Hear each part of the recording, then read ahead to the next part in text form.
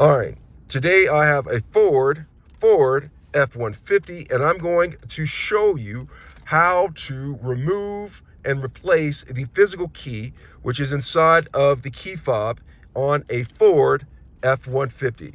But before we get started, could you give me a thumbs up as well as subscribe to my channel? I'll appreciate it tremendously.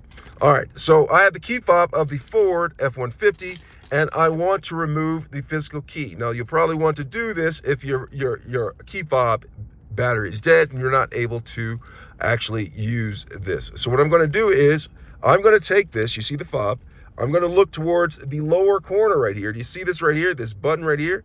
This is the button that releases the key, the physical key. So I'm going to press this. I'm going to press this and I pull out the bottom, and you see that the physical key came out just like that. Now, in order to replace it, you just simply take the physical key, match it up like a puzzle piece, and go ahead and press it in like that. And that's how you remove and replace the physical key in a Ford F-150. I hope this vehicle was helpful. Thanks a lot for watching.